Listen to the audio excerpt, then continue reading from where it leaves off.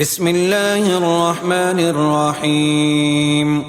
الحمد لله الذي أنزل على عبده الكتاب ولم يجعل له عوجا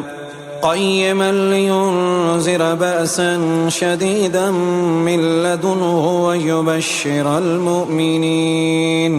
ويبشر المؤمنين الذين يعملون الصالحات أن لهم أجرا حسنا ماكثين فيه أبدا وينذر الذين قالوا اتخذ الله ولدا ما لهم به من علم ولا لآبائهم كبرت كلمة تخرج من أفواههم إن يقولون إلا كذبا فلعلك باخع نفسك على آثارهم إن لم يؤمنوا بهذا الحديث أسفا. إنا جعلنا ما على الأرض زينة لها لنبلوهم أيهم أحسن عملا وإنا لجاعلون ما عليها سعيدا جرزا. أم حسبت أن أصحاب الكهف والرقيم كانوا من آياتنا عجبا إذ أوى الفتية إلى الكهف فقالوا ربنا آتنا من لدنك رحمة وهيئ لنا من أمرنا رشدا. فضربنا على آذانهم في الكهف سنين عددا ثم بعثناهم لنعلم أي الحزبين أحصى لما لبثوا أمدا. نحن نقص عليك نبأهم بالحق إنهم فتية آمنوا بربهم وزدناهم هدى وربطنا على قلوبهم إذ قاموا فقالوا ربنا رب السماوات والأرض لن ندعو من دونه إلها لقد قلنا إذا شططا. هؤلاء قومنا اتخذوا من دونه آلهة لولا يأتون عليهم بسلطان بين فمن أظلم ممن افترى على الله كذبا. وإذ اعتزلتموهم وما يعبدون إلا الله فاووا إلى الكهف ينشر لكم ربكم من رحمته ويهيئ لكم من أمركم مرفقا. وترى الشمس إذا طلعت تزاور عن كهفهم ذات اليمين وإذا غربت تقرضهم ذات الشمال وهم في فجوة منه ذلك من آيات الله. من يهد الله فهو المهتد ومن يضلل فلن تجد له وليا مرشدا. وتحسبهم أيقاظا وهم رقود ونقلبهم ذات اليمين وذات الشمال وكلبهم باسط ذراعيه بالوصيد لو اطلعت عليهم لوليت منهم فرارا ولملئت منهم رعبا. وكذلك بعثناهم ليتساءلوا بينهم قال قائل منهم كم لبثتم قالوا لبثنا يوما أو بعد يوم قالوا ربكم أعلم بما لبثتم فابعثوا أحدكم بورقكم هذه إلى المدينة فلينظر أيها أزكى طعاما فليأتكم برزق منه وليتلطف ولا يشعرن بكم أحدا إنهم إن يظهروا عليكم يرجموكم أو يعيدوكم في ملتهم ولن تفلحوا إذا أبدا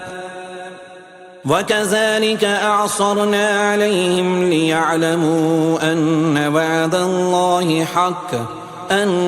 وعد الله حق وأن الساعة لا ريب فيها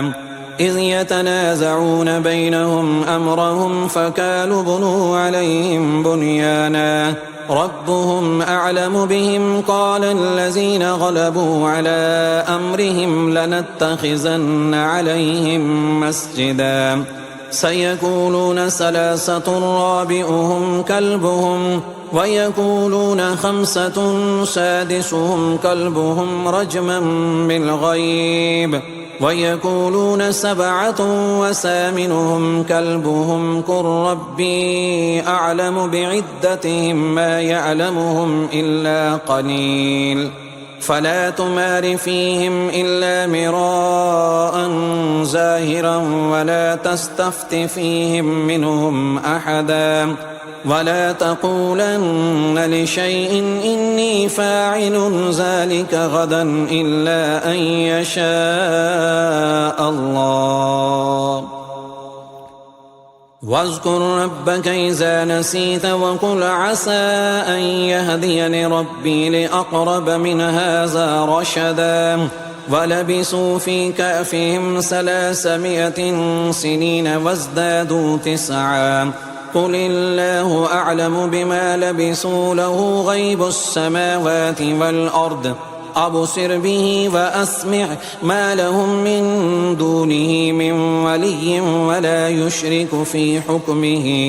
أحدا واتل ما أوحي إليك من كتاب ربك لا مبدل لكلماته ولن تجد من دونه ملتحدا واصبر نفسك مع الذين يدعون ربهم بالغداة والعشي يريدون وجهه ولا تعد عيناك عنهم تريد زينة الحياة الدنيا ولا تطع من أغفلنا قلبه عن ذكرنا واتبع هواه وكان أمره فرطا وقل الحق من ربكم فمن شاء فليؤمن ومن شاء فليكفر إنا أعتدنا للظالمين نارا أحاط بهم سرادقها وإن يستغيثوا يغاثوا بماء كالمهل يشفي الوجوه بئس الشراب وساءت مرتفقا إن الذين آمنوا وأملوا الصالحات إنا لا نضيع أجر من أحسن عملا أولئك لهم جنات عدن تجري من تحتهم الأنهار يحلون فيها من أساور من ذهب ويلبسون ثيابا حزرا من سندس واستبرق متكئين فيها على الأرائك نعم الثواب وحسنت مرتفقا واضرب لهم مثل الرجلين جعلنا لأحدهما جنتين من أعناب وحففناهما بنخل وجعلنا بينهما زرعا كلتا الجنتين آتت أكلها ولم تظلم منه شيئا وفجرنا خلالهما نهرا وكان له ثمر فقال لصاحبه وهو يحاوره أنا أكثر منك مالا وأعز نفرا ودخل جنته وهو ظالم لنفسه قال ما أظن أن تبيد هذه أبدا وما أظن الساعة قائمة ولئن رددت إلى ربي لأجدن خيرا منها منقلبا قال له صاحبه وهو يحاوره أكفرت بالذي خلقك من تراب ثم من نطفة ثم سواك رجلا لكن هو الله ربي ولا أشرك بربي أحدا ولولا إذ دخلت جنتك قلت ما شاء الله لا قوة إلا بالله إن ترني أنا أقل منك مالا وولدا فعسى ربي أن يؤتيني خيرا من جنتك ويرسل عليها حسبانا من السماء فتصبح صعيدا زلقا أو يصبح ماؤها غورا فلن تستطيع له طلبا وأحيط بثمره فأصبح يقلب كفيه على ما أنفق فيها وهي خاوية على أروشها ويقول يا ليتني لم أشرك بربي أحدا ولم تكن له فئة ينصرونه من دون الله وما كان منتصرا هنالك الولاية لله الحق هو خير ثوابا وخير عقبا واضرب لهم مثل الحياة الدنيا كماء إن أنزلناه من السماء فاختلط به نبات الأرض فأصبح هشيما تذروه الرياح وكان الله على كل شيء مقتدرا المال والبنون زينة الحياة الدنيا والباقيات الصالحات خير عند ربك ثوابا وخير أملا ويوم نسير الجبال وترى الأرض بارزة وحشرناهم فلم نغادر منهم أحدا وعرضوا على ربك صفا لقد جئتمونا كما خلقناكم أول مرة بل زعمتم أن لن نجعل لكم موعدا ووزع الكتاب فترى المجرمين مشفقين مما فيه ويقولون يا ويلتنا ما لهذا الكتاب لا يغادر صغيرة ولا كبيرة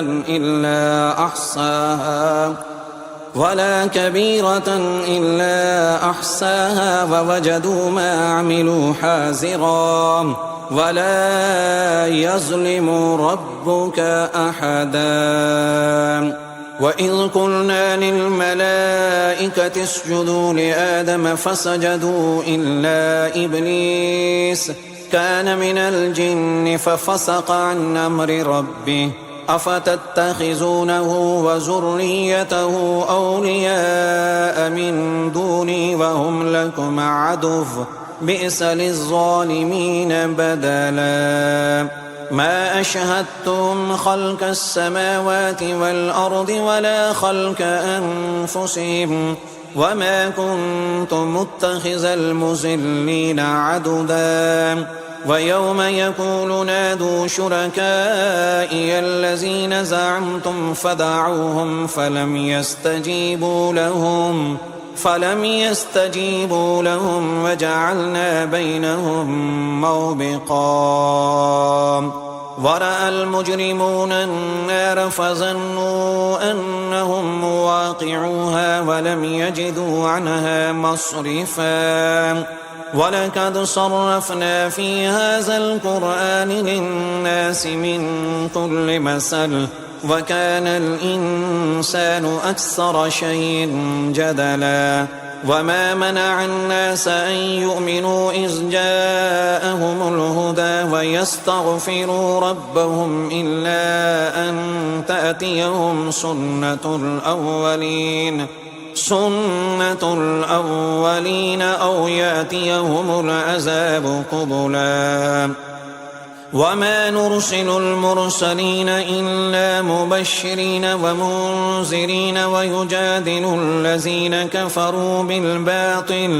كفروا بالباطل ليدحضوا به الحق واتخذوا آياتي وما أنذروا هزوا ومن أظلم ممن ذكر بآيات ربه فأعرض عنها ونسي ما قدمت يداه إنا جعلنا على قلوبهم أكنة أن يفقهوا وفي آذانهم وقرا وإن تدعهم إلى الهدى فلن يهتدوا إذا أبدا وربك الغفور ذو الرحمة لو يؤاخذهم بما كسبوا لعجل لهم العذاب بل لهم موعد لن يجدوا من دونه موئلا وتلك القرى أهلكناهم لما ظلموا وجعلنا لمهلكهم موعدا وإذ قال موسى لفتاه لا أبرح حتى أبلغ مجمع البحرين أو أمضي حقبا فلما بلغا مجمع بينهما نسيا حوتهما فاتخذ سبيله في البحر سربا فلما جاوزا قال لفتاه آتنا غداءنا لقد لقينا من سفرنا هذا نصبا قال أرأيت إذا أوينا إلى الصخرة فإني نسيت الحوت وما أنسانيه إلا الشيطان أن أذكره واتخذ سبيله في البحر عجبا قال ذلك ما كنا نبغي فارتدا على آثارهما قصصا فوجدا عبدا من عبادنا آتيناه رحمة من عندنا وعلمناه من لدنا علما قال له موسى هل اتبعك على أن تعلمني مما علمت رشدا قال إنك لن تستطيع معي صبرا وكيف تصبر على ما لم تحط به خبرا قال ستجدني إن شاء الله صابرا ولا أعصي لك أمرا قال فإن اتبعتني فلا تسألني عن شيء حتى أحدث لك منه ذكرا فانطلقا حتى إذا ركبا في السفينة خرقها قال أخرقتها لتغرق أهلها لقد جئت شيئا إمرا قال ألم أقل إنك لن تستطيع معي صبرا قال لا تؤاخذني بما نسيت ولا ترهقني من أمري عسرا فانطلقا حتى إذا لقيا غلاما فقتله قال أقتلت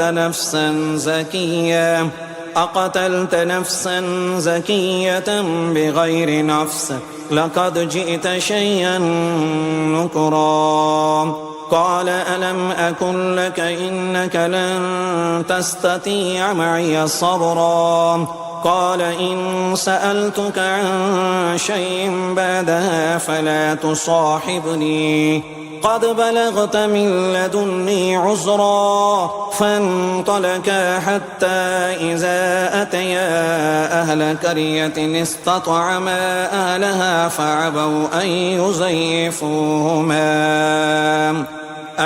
ليزيفوهما فوجدا فيها جدارا يريد أن ينقض فأقاما قال لو شئت لاتخذت عليه أجرا قال هذا فراق بيني وبينك سأنبئك بتأويل ما لم تستطع عليه صبرا أما السفينة فكانت لمساكين يعملون في البحر فأردت أن أعيبها وكان وراءهم ملك يأخذ كل سفينة غصبا وأما الغلام فكان أبواه مؤمنين فخشينا أن يرهقهما طغيانا وكفرا فأردنا أن يبدلهما ربهما خيرا منه زكاة وأقرب رحما وأما الجدار فكان لغلامين يتيمين في المدينة وكان تحته كنز لهما وكان أبوهما صالحا فأراد ربك أن يبلغا أشدهما ويستخرجا كنزهما رحمة من ربك وما فعلته عن أمري ذلك تأويل ما لم تسطع عليه صبرا ويسألونك عن ذي القرنين قل سأتلو عليكم منه ذكرا إنا مكنا له في الأرض وآتيناه من كل شيء سببا حتى إذا بلغ مغرب الشمس وجدها تغرب في عين حمية ووجد عندها قوما قلنا يا ذا القرنين إما أن تعذب وإما أن تتخذ فيهم حسنا قال أما من ظلم فسوف نعذبه ثم يرد إلى ربه فيعذبه عذابا نكرا وأما من آمن وعمل صالحا فله جزاء الحسنى وسنقول له من أمرنا يسرا ثم أتبع السببا حتى إذا بلغ مطلع الشمس وجدها تطلع على قوم لم نجعل لهم من دونها سترا كذلك وقد أحطنا بما لديه خبرا ثم أتبع سببا حتى إذا بلغ بين الصدين وجد من دونهما قوما لا يكادون يفقهون قولا قالوا يا ذا القرنين إن يأجوج ومأجوج مفسدون في الأرض فهل نجعل لك خرجا على أن تجعل بيننا وبينهم سدا قال ما مكني فيه ربي خير فأعينوني بقوة أجعل بينكم وبينهم ردما آتوني زبر الحديد حتى إذا ساوى بين الصدفين قال انفخوا حتى إذا جعله نارا قال آتوني أفرغ عليه قطرا فما استطاعوا أن يزهروه وما استطاعوا له نكبا قال هذا رحمة من ربي فإذا جاء وعد ربي جعله دكاء وكان وعد ربي حقا وتركنا بعدهم يومئذ يموج في بعد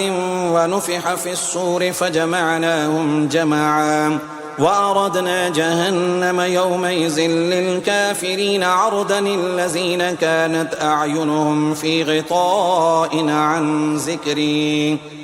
غطاء عن ذكري وكانوا لا يستطيعون سمعا أفحسب الذين كفروا أن يتخذوا عبادي من دوني أولياء إنا أعتدنا جهنم للكافرين نزلا قل هل ننبئكم بالأخسرين أعمالا الذين زل سعيهم في الحياة الدنيا وهم يحسبون أنهم يحسنون صنعا أولئك الذين كفروا بآيات ربهم ولقائه فحبطت أعمالهم فلا نقيم لهم يوم القيامة وزنا ذلك جزاؤهم جهنم بما كفروا واتخذوا آياتي ورسلي هزوا إن الذين آمنوا وعملوا الصالحات كانت لهم جنات الفردوس نزلا خالدين فيها لا يبغون عنها حولا قل لو كان البحر مدادا لكلمات ربي لنفد البحر قبل أن تنفد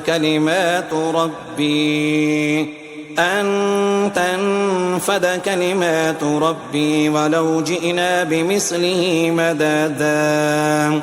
قل إنما أنا بشر مثلكم يوحى إلي أنما إلهكم إله واحد فمن كان يرجو لقاء ربه فليعمل عملا